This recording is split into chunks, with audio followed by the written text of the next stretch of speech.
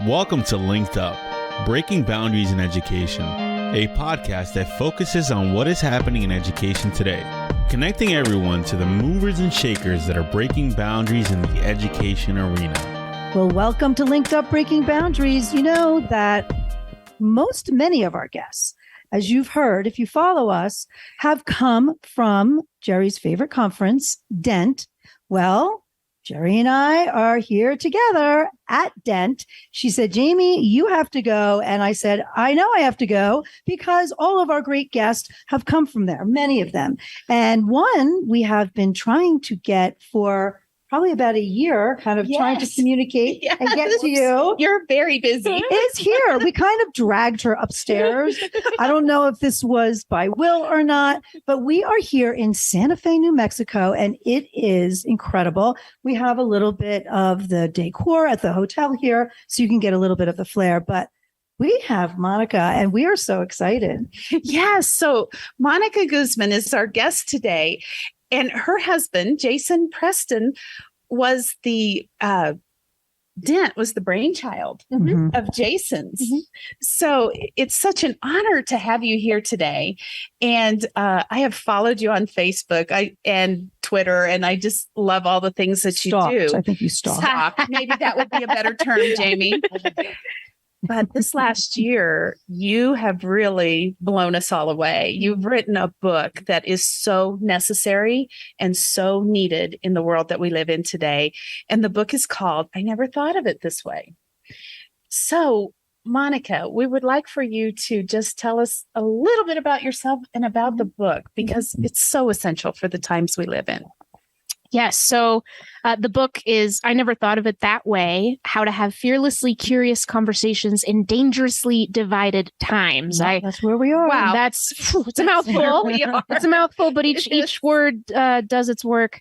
And it comes from a couple of threads in my life and work, one of which is journalism. So I've been a journalist my whole career, and I've taken very seriously what for me is a personal mission to help people understand each other. And with the fracturing and dividing that's been going on in the world, there was a point where I had to step back and say, well, I don't know, man. I think us telling stories through the platforms that we have and in the groups that will listen doesn't seem to be working to help us understand each other in this moment. In fact, in a lot of ways, it's making it worse. Yeah, so more divisive. Totally. So what's going on there, right? So that was one angle. The other is in my personal life.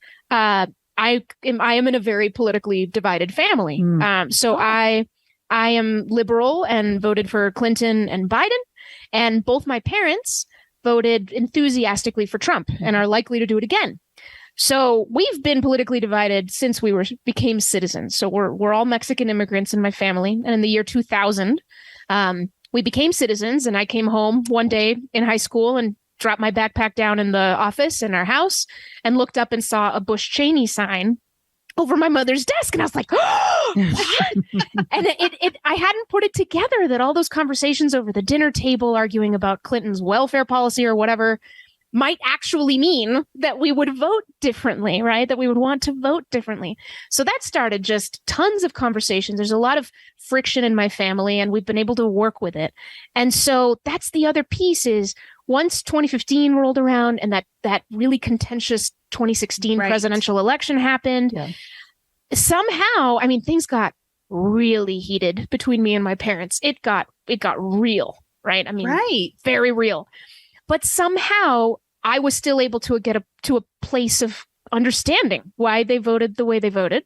And they were able to get to that place of understanding with me. So there I am making that contrast between here's my experience, and here's so many people breaking relationships within their communities, within their families, and feeling that there's no other choice, whether because it's for the pain they feel or, you know, the conviction of their ideas, whatever it is. It was astounding to me. It was. Friendships and families broken. Completely. And a lot of people would say, good, right? And so we have to stop and be like, wait, what's going on? So it's those two threads that led to the book. Right. And you said something just now that I think made all the difference. You said you came to a place where you could come to understand your parents, and your parents came to a place where they could come to understand you. I think most of us don't take the time to do that. We just want to go down our path. Right. And you said something critical there too, is take the time to do that. Yeah. Part of what I'm struggling against in this work is people's impatience. Yeah. Yes. It's like we have this built up to where it's so hard. I want to talk to my uncle, but it's going to be terrible, so it's Thanksgiving and you pull him aside and you say, hey, we got to talk about this. And then if in 1 hour you don't get the satisfaction you wanted from that conversation, you end up going, didn't work. That's it. Curiosity doesn't work. Engaging doesn't work. All he did was answer my questions. He didn't ask me any of his own. I felt unheard, and all this is just worse. And I was just more triggered than ever. And this is done. This is bunk. But taking the time. One of the things I'm thinking about a lot now, because so many ideas keep evolving, is the role of trust.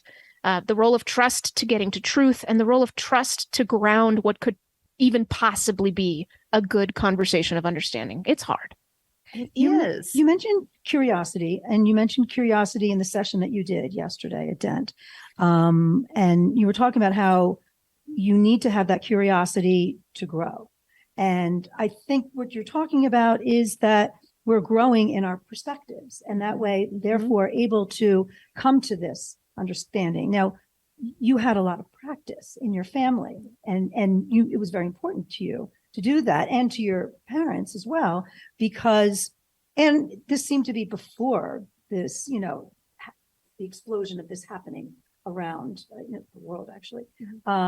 So that was actually a blessing, right? For you to be able to have that foundation before things got rocked. What is your advice to friends, to families, to people, to be able to get their perspectives to grow, to take the time, to have that curiosity? I think that curiosity is what fires it up, I guess, right? Yeah. No, and I have lots, but I'll begin. I'll begin here. I think that when it comes to curiosity, you have to look within first. You have to see how open you are to ideas from within yourself. It's most easy to judge other people's receptiveness or other people's role in a conversation, but you really can only control yourself. So that's where you begin. One of the pitfalls I think many of us fall into is making certain judgments about the other person who we want to encounter. And so there are 4 that are particularly pernicious that you should really watch out for. So be careful when any time in a conversation you start to think that person is stupid, that person is crazy, that person is evil, or, and this one's really complicated, that person is wounded. And those things explain what they believe, and so that's a way, all 4 of those are ways of dismissing and condescending. And when you condescend, you cannot be curious. Curiosity, it requires interest. That's what it is. And interest means there's something you want to learn. There's something valuable. And so when you're condescending, you're not open, and people know. People can tell. You may be saying the words, but if you're just sitting there smug, they can tell. And you're not going to go anywhere good. Bless her little heart. Right. There's always some expression, or you just need to educate yourself. I mean, there are so many little phrases that, depending on the tone we use, I mean, they could be fine, right? But yeah, we have that in our heads. I'm better than you. I'm better than you. Yeah. I'm here to talk to you to kind of like study the scum. That's what I'm doing. Right. So that's those should be red flags. I have much more advice, but that's where my mind went. Oh my goodness. Yes. So in our podcast, we always like to link the topic back to education. So I'm going to give you a little scenario here and see what you would suggest.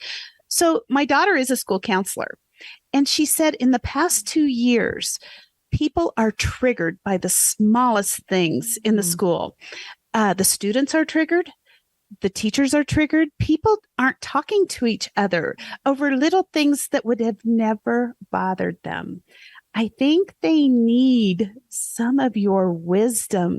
What would be perhaps a baby step, a lesson she could teach as a school counselor or at a faculty meeting to help spur these curious moments, what would you suggest?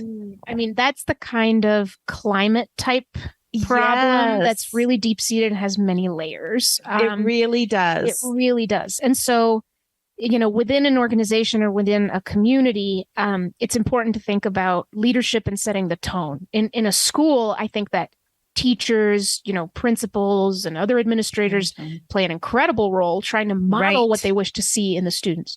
So, it's not just students. It can also be teachers, right? We've all had the experience of feeling triggered, of getting really upset, not knowing what to do, wondering if we need to protect ourselves by hitting the abort button in a conversation, by yelling at someone, or by fleeing, right? And so I wonder if there's a modeling opportunity where maybe more teachers or this person could show other teachers how to do this, can begin to talk about their own experiences, their own journey of, there was one time that I heard something and I thought, oh, and I made this judgment and I saw the harm that came to me. And then I told myself, wait, don't be so sure. Is that what that person meant? Right. And I asked myself, what am I missing? And then I asked a question, or I approached it curiously. Yeah. And what I learned was that maybe it wasn't what I thought it was, or maybe it wasn't as bad as I thought it was. Or I just sat down and talked with that person. And I think we have some work to do, but it's been really eye-opening. If we can share those stories and model the fact that that's what happens, one of the beautiful things that we do is we push back against what author Amanda Ripley calls the conflict entrepreneurs of the world. There's a lot of people making a lot of money and getting a lot of attention, modeling conflict. Yes. And we get almost no models of the opposite, even though it happens all the time every day. Oh, so true. So yeah. So if we can share those stories of here's when I was wrong. Here's when I thought something was really bad and it turned out not to be that bad when I actually approached it curiously. Yeah. I was thinking this morning, I had a text with a colleague, and what I texted her, it was benign, totally benign. But I said, oh my gosh, you took it totally wrong what I said because of the text, right? Because I couldn't explain it right then. I couldn't get back to her right then. That probably, the social media is probably adding to this, isn't it? Absolutely. So, oh man, just really clicked. I have a whole part of my book where I go into this because there's 5 qualities of a conversation, of the context that, depending on where those 5 things are, what level they're all turned up to, your likelihood of having a productive conversation is either high or low. So those 5 things are time, attention, parity, containment, and embodiment.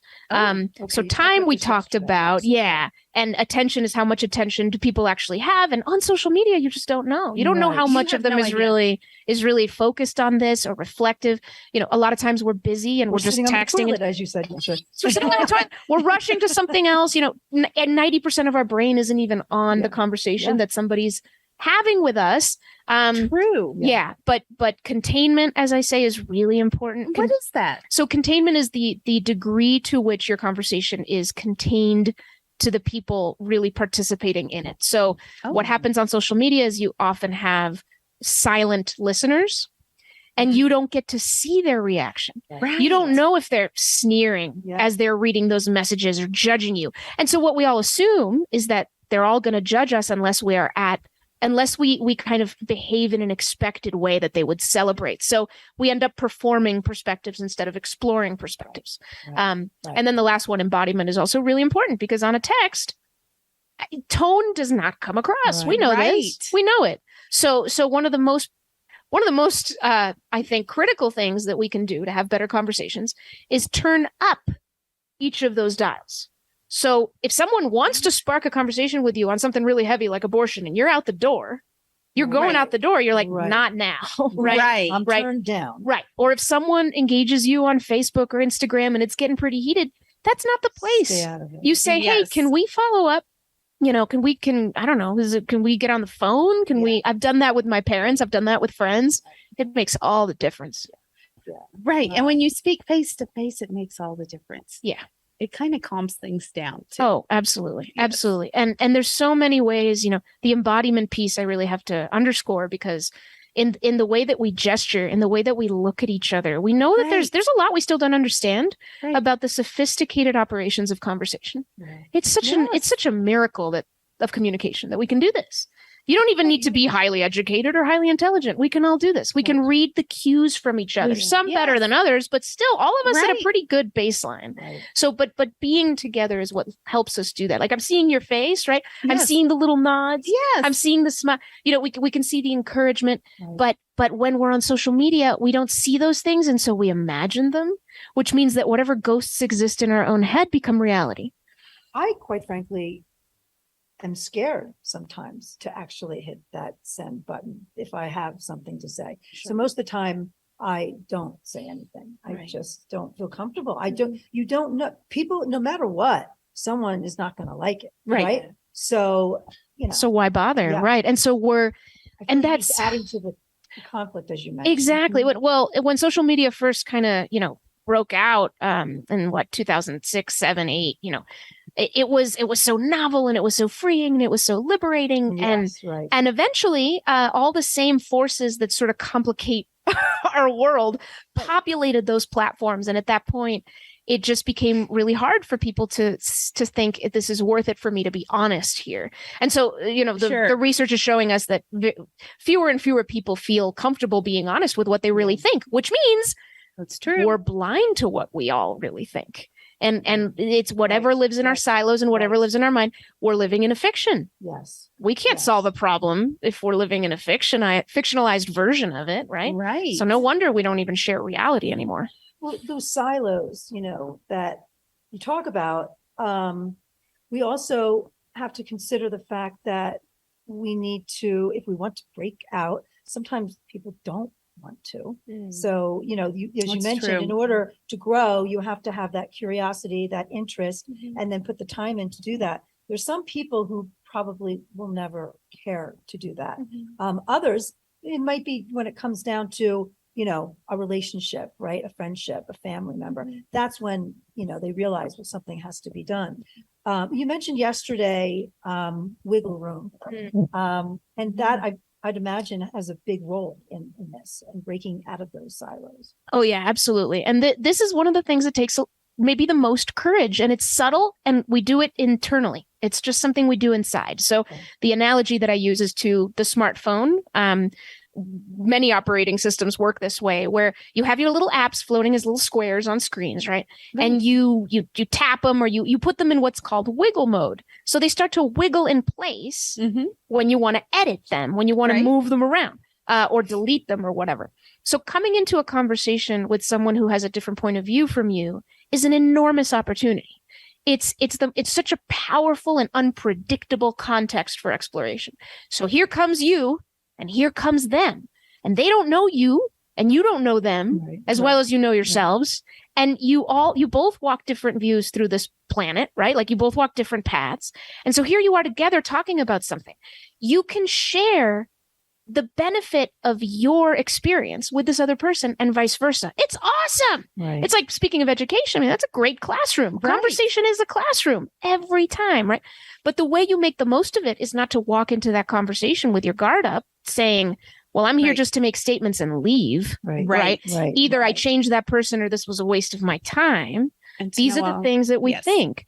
But instead, you should come in a little bit in wiggle mode. So take those beliefs in your mind, take those assumptions and conventions and how you think the world works and just let them shake. You're not letting go of them. But you're saying, this is a conversation where I can learn. I have the benefit, the privilege, the honor of maybe, hopefully, hearing someone else's honest take about something. So let me just put my stuff in wiggle mode. Yeah. And what's really cool is, and social science research has shown this, is when you model receptiveness and humility, it's contagious. Yeah. Yes. Now, it's not a guarantee. You can't control other people, but it helps. It's an important thing to happen in the classroom. Absolutely. It's, as we mentioned before, just being those models, but also not just in the classroom. I think, as you mentioned before, making it a part of the culture of the entire school, part of the district, right? I mean, I guess I am sort of in wiggle mode. I really don't feel like I'm part of either party. I'm part of the cocktail party. And so, so that allows me to be in that wiggle mode. Right. And really, I do often have perspectives from both. I can understand. I try to understand. Yeah. And sometimes I'll challenge a little bit, so that way others will perhaps move outside their silo, not really to drive conflict, but just to, try to be that middle person for them to possibly see, okay, well, maybe that does make sense a little bit. Yep. I don't know. It's very, very hard. It's very hard. And it's an important role to play. It's one of the reasons that we are in the pickle that we're in, is this tribalism, this partisanship. There will always be tribes and there will always be partisans. The thing is that in a healthy, conversible world, what you want is a good mix that's in balance, right? Yeah. So you want your people holding up the posters, fighting with all the certainty in the world, not really open to other points of view because they're soldiers in their fight. Yeah. That's fine. That can change the world, right? But you also need people at the edges of these communities of belief, reaching out a hand to whoever else is kind of walking the avenues between all these silos, right? What we have right now are people who have stopped doing that, are afraid of doing that. Yeah. And that's the problem. The problem is not that we have fighters. That's great. Let's keep fighting, right? But the fighters can't do their work without the engagers. It doesn't actually add up to much. Right. Pickle. So true. Yeah, we're in a pickle. So true. But yeah, I mean, it really does. I really do believe that there is hope. I feel like these times have brought us backwards a bit. Because I feel like we were always kind of in education on that path to, for proper communication, for proper collaboration, for being open to other points of view. Coming to consensus is a really important term. It's where you may not be able to, it's not my first choice, not my second choice, but okay, I can live with that, right? Yeah. If we can come to consensus, then we're kind of going that direction. But it takes time to practice it. You've had that practice. And so I think it's a blessing that you're sharing your book. All of those skills and practices. And I think it's a great perspective that you have, having come from that, but then also with your journalistic view as well, and those skills in order to put that together. So I'm getting your book, and I am. Well, speaking of that, I've been listening to it. I love to listen to the book. That's a good idea. Yes. So tell us, where can we find your book, and where can we find out more about you?